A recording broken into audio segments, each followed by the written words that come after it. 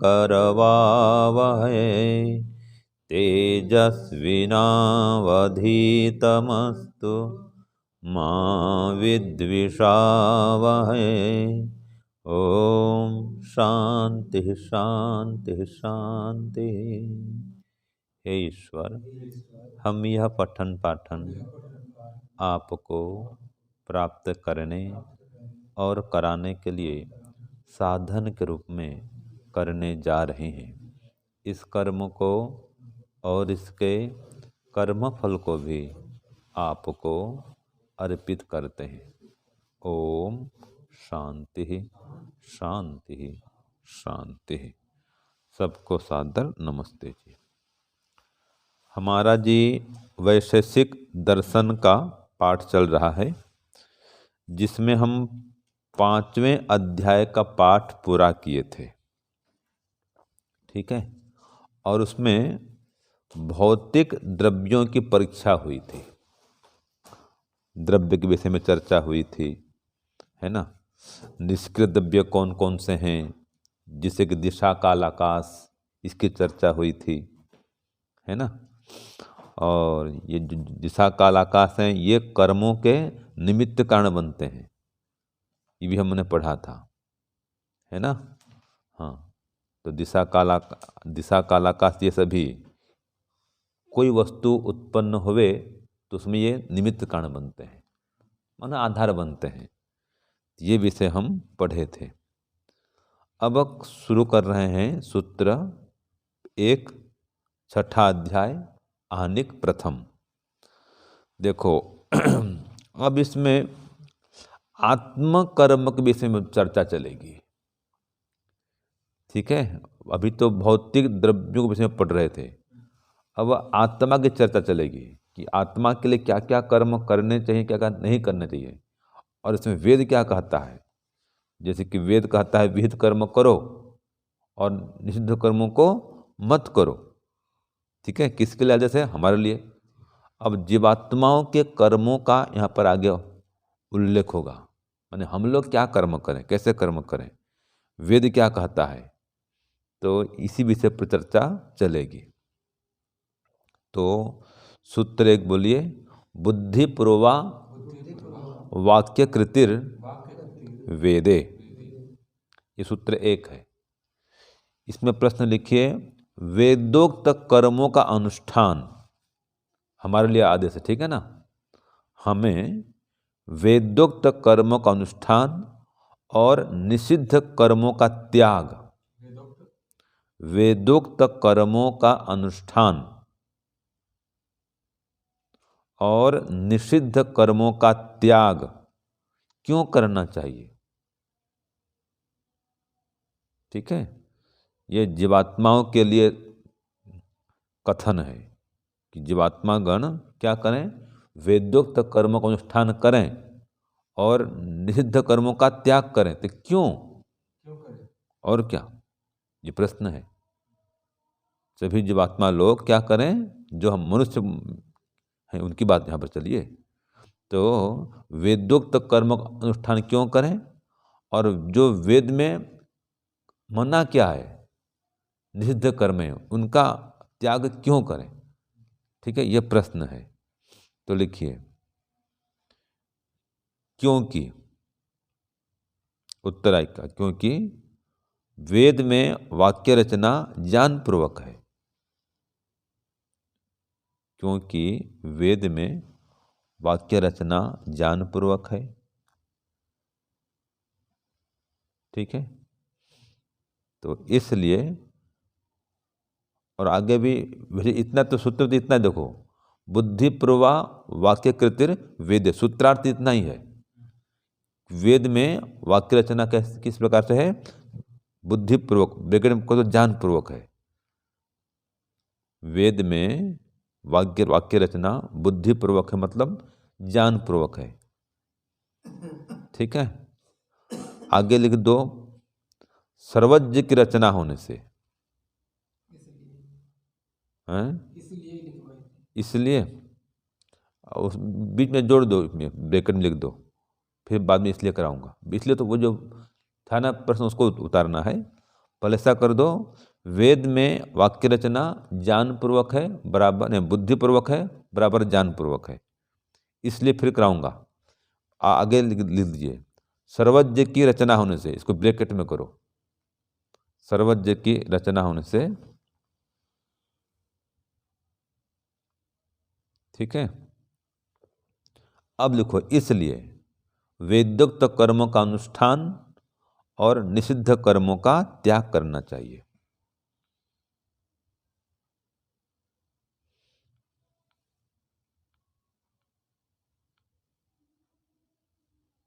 समझ में आ गया? हाँ, वेद में वाक्य रचना ज्ञानपूर्वक है, बुद्धिपूर्वक है। क्यों? क्योंकि इसको लिखना है ब्रैकेट में, सर्वज्ञ की रचना होने से। आगे लिखना है, इसलिए वेदोक्त कर्म का अनुष्ठान और निषिद्ध कर्मों का त्याग करना चाहिए। ये तो हमने जोड़ दिया भूमिका के रूप में। सूत्र तो इतना ही कहता है, बुद्धिपूर्वा वाक्यकृतिर वेदे। हाँ जी, जो मूल सूत्रार्थ है कितना है कि वेद में वाक्य रचना बुद्धिपूर्वक बराबर ज्ञानपूर्वक है, इतना ही है। आगे इसमें दिया है कि जो भाष्य में है, क्योंकि ये सर्वज्ञ की रचना है इसलिए बुद्धिपूर्वक है, ज्ञानपूर्वक है। ठीक है जी। और इसलिए क्या करना चाहिए, हमें वेदोक्त कर्म का अनुष्ठान और जो निषिद्ध कर्म का त्याग करना चाहिए, ये भाष्य में दिया है। ठीक है ना। खाली अगर ऐसा लिखते हैं वेद में वाक्य रचना ज्ञानपूर्वक है, तो आपको अधूरा लगता है ना। तो आगे पीछे जोड़ दी, इसलिए भाई इसलिए इसका अनुष्ठान करो वेदोक्त कर्मों का, और जो मना किया इसको छोड़ो, ये सार है ना। लेकिन सूत्र क्या कर रहा है, बुद्धिपूर्वा वाक्य कृतिर वेद, कि जो वेद में वाक्य कृति है, वाक्य की रचना है, वो तो बुद्धिपूर्वक है, ज्ञानपूर्वक है। सूत्र इतना ही बस। अब क्यों है ज्ञानपूर्वक, इसका भाष्य में खोला क्या, क्योंकि ये सर्वज्ञ की रचना होने से।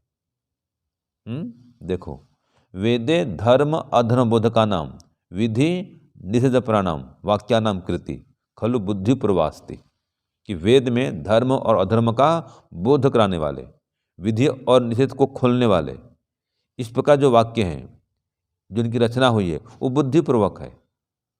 माने बुद्धि जानमिति अनर्थांतरम, ज्ञानपूर्वक है। बुद्धि मन क्या होता है, ज्ञान, यहाँ पर तो ज्ञानपूर्वक है, इसलिए को बोल दिया ज्ञानपूर्विकास्ति। तो देखो ये प्रमाण आएगा कि वेद क्यों पढ़ें, ये उत्तर मिला, क्योंकि भाई ज्ञानपूर्वक रचना हुई है। ठीक है।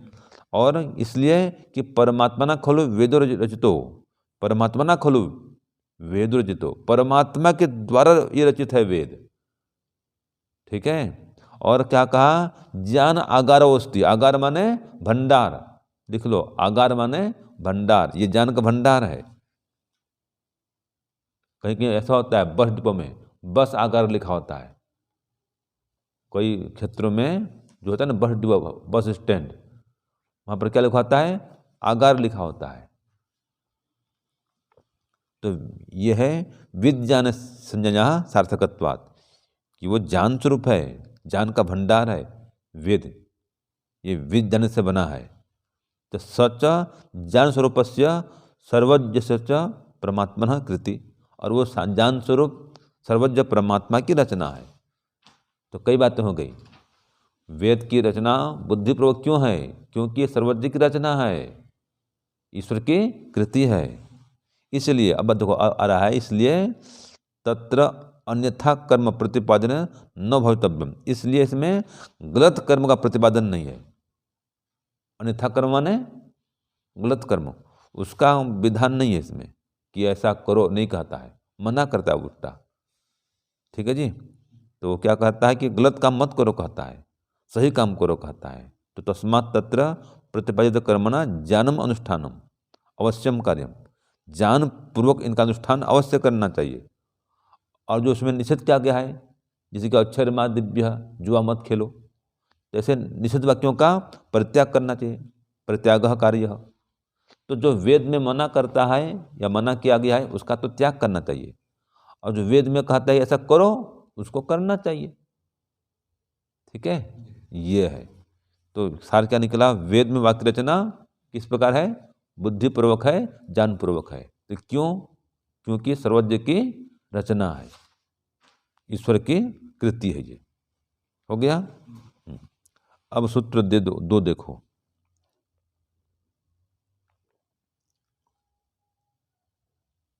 इसमें कहा है जी, ब्राह्मणे संज्ञा कर्म सिद्धि लिंगम।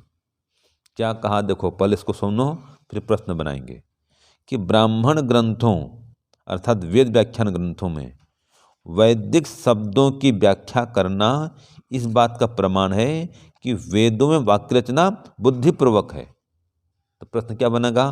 लिखो, वेदों में वाक्य रचना बुद्धिपूर्वक है। वेदों में वाक्य रचना बुद्धिपूर्वक है, इसमें क्या प्रमाण है?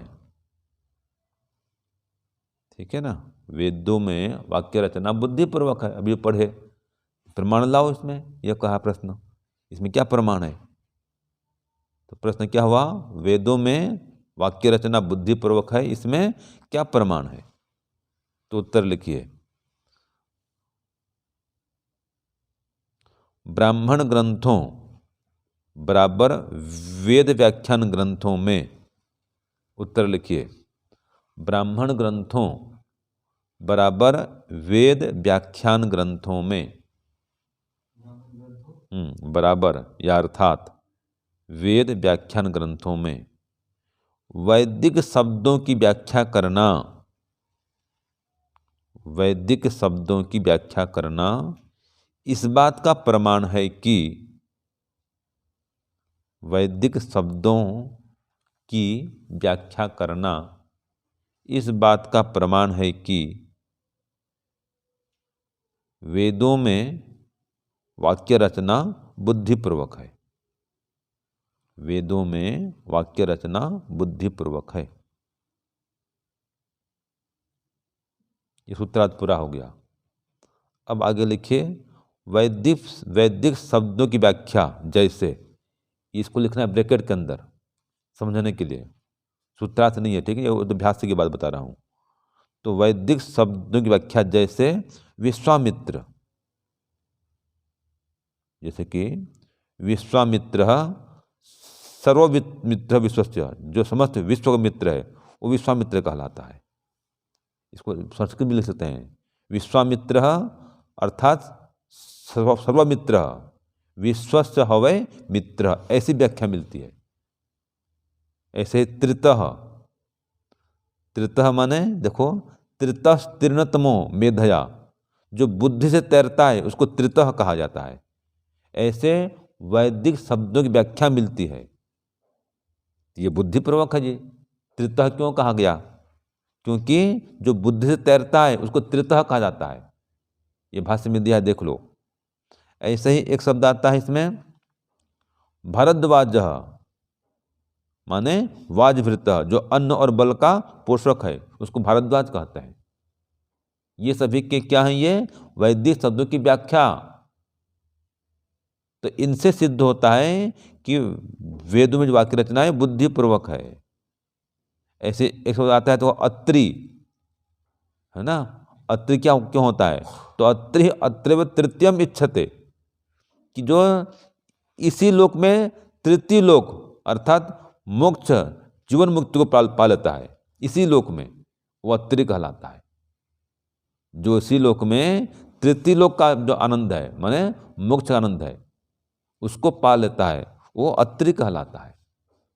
तो ऐसे ऐसे वैदिक शब्दों की व्याख्या होती है। तो इसे सिद्ध हो रहा है कि वाक्य रचना वेद में क्या है? बुद्धिपूर्वक है। ठीक है। तो ये सूत्र 2 हो गया। अब सूत्र 3 चलो, बोलो, बुद्धिपूर्वो ददाति ही। इसमें क्या कहा है कि वेद में दान देना, भोजन करना आदि कर्मों का विधान भी ज्ञानपूर्वक है। तो इसका प्रश्न बनाइए, वेद में दान देना, भोजन करना, वेद में दान देना, भोजन करना आदि कर्मों का विधान किस प्रकार है? ठीक है, किस प्रकार है, कैसे है, मतलब हैं? हाँ, वेद में दान देना, भोजन करना आदि कर्मों का विधान किस प्रकार है? तो बुद्धि पूर्वो ददाति कहा, ये भी बुद्धिपूर्वक है। देखो उत्तर लिखिए, सूत्र ने कहा दिया बुद्धि पूर्व ददाति ही, है ना। तो क्या उत्तर होगा, लिखिए हिंदी में। वेद में दान देना, भोजन करना, वेद में दान देना, भोजन करना आदि कर्मों का विधान, आदि कर्मों का विधान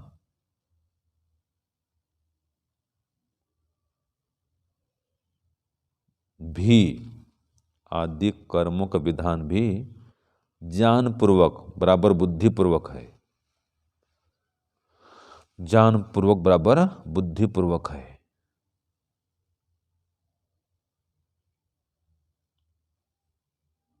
ना। जैसे ये ब्रैकेट में आएगा, ठीक है। जैसे अहम भूमिम अददाम आर्याय, ये है दान देने विधान। अहम भूमिम अददाम आर्याय, परमात्मा कहता है मैं आर्यों के लिए भूमि दान कर रहा हूँ, दान करता हूँ आर्यों के लिए, माने श्रेष्ठों के लिए।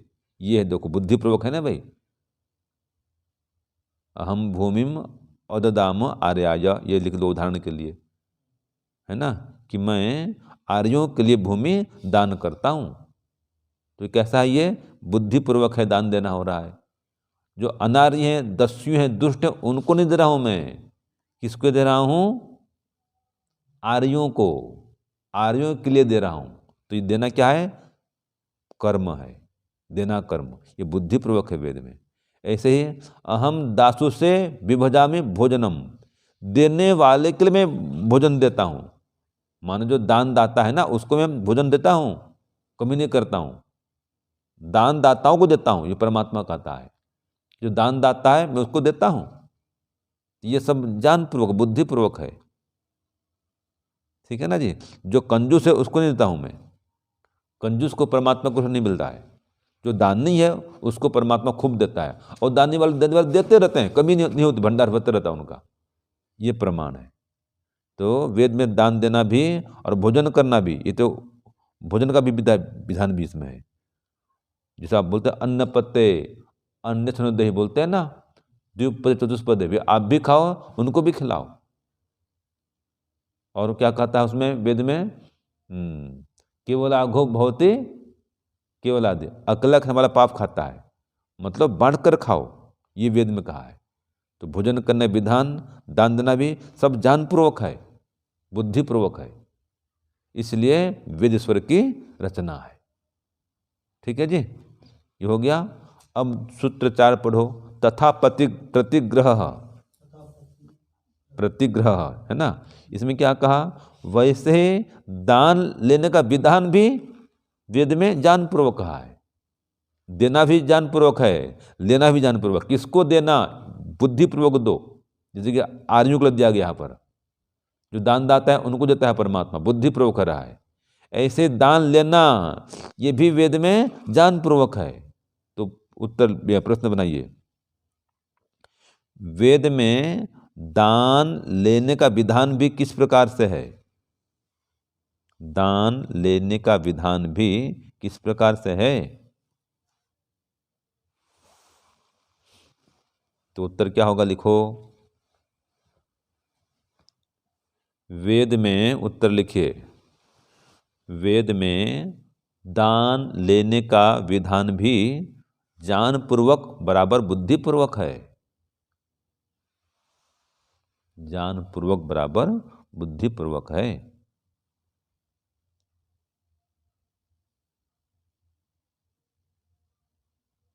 ठीक है, जैसे इसमें कहा वर्चो विज्ञानम आददे, मैं ज्ञान को धारण करता हूं, ये ज्ञानपूर्वक कहा है। ठीक है जी, हाँ। और ये तो सब लेने की बात आ रही है ना, तो ये भी कह रहा है कि जो दान मांगने आता है, लेने के लिए आता है, उसको देना चाहिए, भिक्षुक को उसको दो। तो ये भी विधान है। जो भोजन मांगने आता है उसको दो, ठीक है, और वो लेने का भी विधान है वेद में। जो भूखा है वो भोजन ग्रहण करे, कोई मना नहीं है। मांगने का विधान भी है। ब्राह्मण मांग सकता है, भिक्षा का काम कर सकता है ब्राह्मण, ये प्रमाण दिया है इसमें। तो ज्ञान को धारण करे, भोजन को धारण करे, जो पात्र धारण करे। और किससे लेगा? जो सात्विक दान दाता है उससे लेगा। देखो ये भी बुद्धिपूर्वक लेना है। कोई मांस दे दे तो मांस नहीं लेगा, समझ गए ना। कोई मांगने जाए, हाँ ले भाई ले, मेरे पास आज ये मांस पकड़ा है, इसका भोजन ले ले, वो नहीं लेगा, वो मना है उसका। ज्ञानपूर्वक लेगा, सात्विक पदार्थ लेगा। दान देना भी सात्विक होगा, दान लेना भी सात्विक होगा। आगे पढ़ेंगे इसका भी, इससे पुण्य मिलता है। जो सात्विक पदार्थ देंगे तो पुण्य मिलेगा, लेंगे तो पुण्य मिलेगा। जो तामसिक पदार्थ लेंगे तो पुण्य नहीं मिलेगा, पाप हो जाता है उसका। तो वेद में दान देना, दान लेना भी ज्ञानपूर्वक कहा है, ठीक है जी। हाँ, तो दान लेने की बात इसमें है, प्रेरणा है कि दान लो, ले सकते हैं। वेद प्रचार के लिए, गुरुकुल के लिए, गौशाला के लिए दान ले सकते हैं, लेकिन सही दानदाता से दान लो, ये विधान है। तो ये वेद में प्रमाण दे दिया, ठीक है। एक तो धन भी लो और जान भी लो, दोनों बातें हैं। जैसे आप लोग भी ले रहे हैं जान, आप जान ले रहे हैं, तो वर्चो विज्ञानम अददे, मैं जान को धारण कर रहा हूँ, आप कह रहे हैं धारण कर रहे हैं, हम जान ले रहे हैं, ठीक है जी। तो लेने का विधान भी है और देने का विधान भी है, जान भी और धन भी, सब कुछ। तो वेद ने छूट दिया है कि आप दो भी और लो भी। जिसके पास नहीं है वो लेगा, जिसके पास है वो देगा, ठीक है। तो लेना और देना दोनों ही बुद्धिपूर्वक होगा, लेकिन ये एक वेद कहता है ज्ञानपूर्वक दो, ज्ञानपूर्वक लो, बुद्धिपूर्वक दो, बुद्धिपूर्वक लो, पात्रों को देख कर दो, ठीक है। और जो लेगा वो भी अच्छे बच्चे से लेगा, ये इसमें विधान है वेद का। तो सूत्र 4 तक का पाठ हमने पूरा किया। चलिए, ओम शांति शांति शांति। सर्वेभ्यो नमः। सबको सादर नमस्ते।